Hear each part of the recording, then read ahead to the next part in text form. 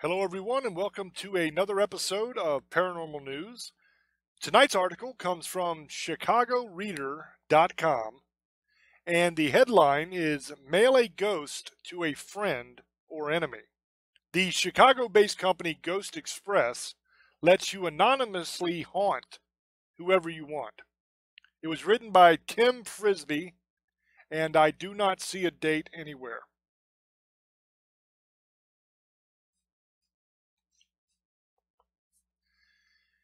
It's September 2019, and Johnny Christmas is getting ready to enter an abandoned children's hospital in Berlin's Weissensee neighborhood. In a video uploaded to YouTube, the Chicago resident emerges from a thicket of underbrush and slowly makes his way into the hulking, heavily graffitied ruins of what locals call the zombie hospital. As he works his way deeper into the warren of small rooms and passageways, the daylight begins to fade, and he switches on a flashlight. In an otherwise empty room, he spots something on the ground, a small children's figurine. He puts it in his pocket. After years of accumulating these strange and potentially haunted artifacts on their journeys through abandoned structures, from old Chicago housing projects to vacant Chinese nail houses, Christmas and his friend and fellow urban explorer Matt Jakubowski decided one day it was time to start paring down their collection. They founded Ghost Express in early 2018 with a simple premise: anonymously mail a ghost to anyone, anywhere, for just $9.99 plus shipping. With each order, they send off one of the many relics they've collected, along with a card describing the type of ghost the object contains, an example, poltergeist or orb, as well as its date of death, mood, and likes and dislikes, which they decipher using a Ouija board. We aren't ghost people. We weren't Wiccans in junior high, Christmas says.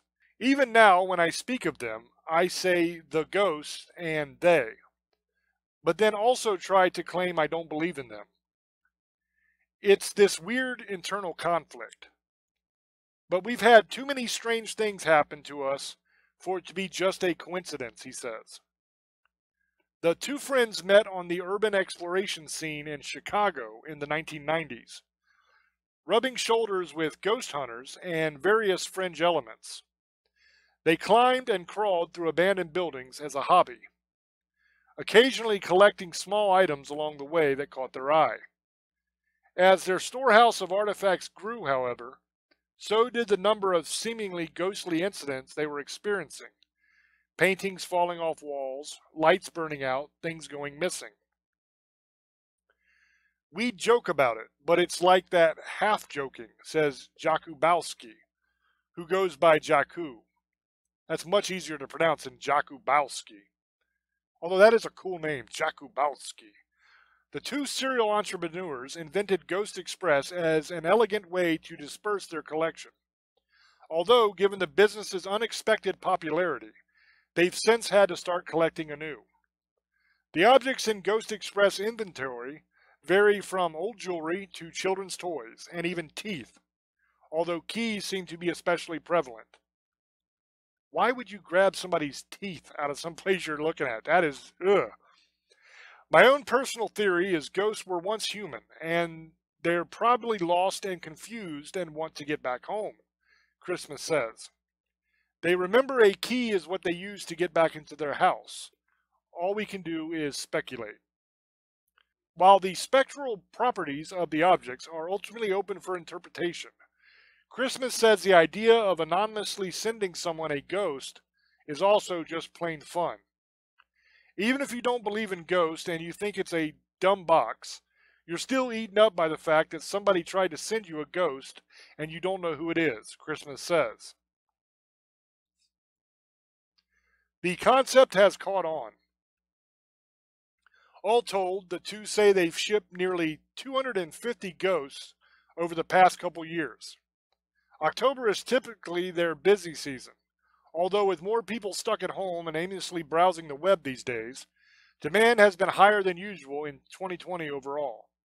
They've also recently added a deluxe ghost offering, which comes in a box featuring hand-etched Icelandic symbols and sealed in black wax, and sometimes offers specialty items like artifacts fashioned into holiday ornaments. While things have gone relatively smoothly, they have learned a few key lessons along the way. For instance, someone in Toronto once ordered 12 ghosts for their family members as a Christmas present. Instead of arriving in Canada, however, the package inexplicably landed in Thailand. Jaku double-checked the shipping address and tracking information. Could there be another reason for the snafu? We go to Asia a lot, and we visit a lot of old temples and creepy places, and bring back stuff sometimes, Christmas says. We wondered if some ghost had figured out how to try and make its way back home. It was super weird. We have a rule now. We don't ship more than 4 ghosts at a time, Jaku says. Ghost Express has also improved its spirit containment facility. After consulting some classic occult tomes like grimoires and the Necronomicon, Christmas says they've been able to better contain any potential ghostly emanations. He carved ancient signs into the doors of the cabinet housing their collection, and also surrounded it with a circle of salt. If the salt has been disturbed for a while, weirdness comes afoot, says Christmas. Every now and then I'll go retouch it just in case. One thing that they still haven't quite figured out, however, is how the ghosts feel about all of this. I try not to think too hard about the idea of kidnapping ghosts, Christmas says. Maybe they liked where they were, or then again maybe they were trapped and welcomed the chance to escape. At the end of the day, he says he hopes things work out for both the object's new owner and the ghost. I hope someone puts it on a shelf, walks past it every day, and says, "Hi, Ghosty," even if they're kidding, Christmas says. I mean, I don't believe in ghosts, but here we are. And that, I believe, is the end of this article. So this is a weird one. So basically these two dudes go and look through old abandoned places, and they find crap there and they keep it. And now they're selling it, claiming that it has ghosts attached to each object. They also claim that they're able to tell the ghost's name, its origin, how it died, all that kind of information because they use a Ouija board for each object. And then they mail it out across the world. First of all, let me say that most likely this is complete and total BS. What you're buying is just crap. I highly doubt that there are ghosts attached to any of these items. If they are actually items that they found wandering around places, then you might have 1 or 2 here and there. But the idea that they had 250 haunted items so far that they've sold is nonsense. On the off chance that this is 100% legit and every single one of these things are haunted,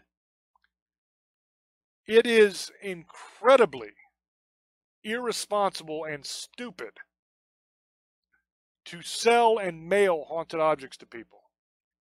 You are basically mailing a hell of a lot of trouble for a family. You have no idea how dangerous that ghost is that you're mailing. For all you know, it might be a demonic entity that you're mailing to somebody as a joke. That's not funny, it's stupid. You're supposed to read this article and be like, "Oh, that's cool, I'm going to send a ghost to grandma." But I'm telling you, this is dumb. Most likely it's just a con. I highly doubt that it's true because they say that they were able to etch carvings to protect themselves in their ghost containment unit because they consulted ancient grimoires and the Necronomicon. Bull crap. First of all, good luck even finding a real grimoire anywhere. There are very few of them around.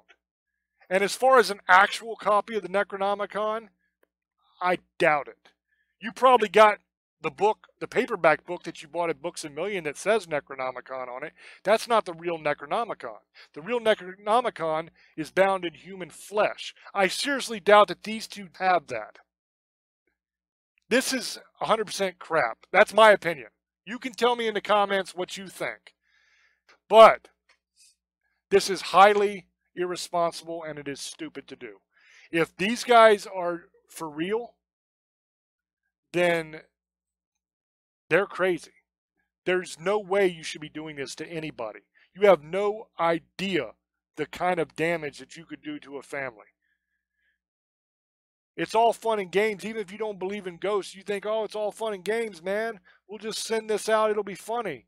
People can play jokes on each other. Yeah, until you send it to somebody and their house has children in it, little kids. And maybe this ghost tells one of the little kids to jump off the roof, and now you got a dead kid. All because you thought you wanted to be funny. It ain't funny. Usually I don't get fired up about things, and I don't berate anybody on my radio show or on my channel or anything like that. I don't do that as a matter of principle. But in this case, this is dumb. Now, I'm sure that they don't realize the amount of damage that they could be doing to somebody if they are actually mailing real haunted objects. I can tell they don't know what they're talking about because in the article, the things they're talking about doing is nonsense. So they're obviously not paranormal people. They don't know what they're talking about.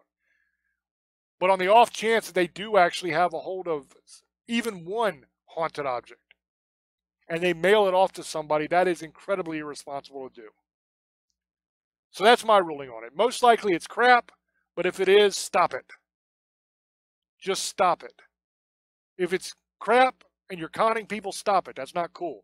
If it's not crap and you're actually mailing haunted stuff, stop it. You're going to end up killing somebody. It's dumb. So let me know down in the comments what you guys think. And thanks for hanging out with me. And I'll catch you on the next one. Till I speak to you again. Love many, trust few, and do harm to none. God loves you, and so do I. Bye-bye.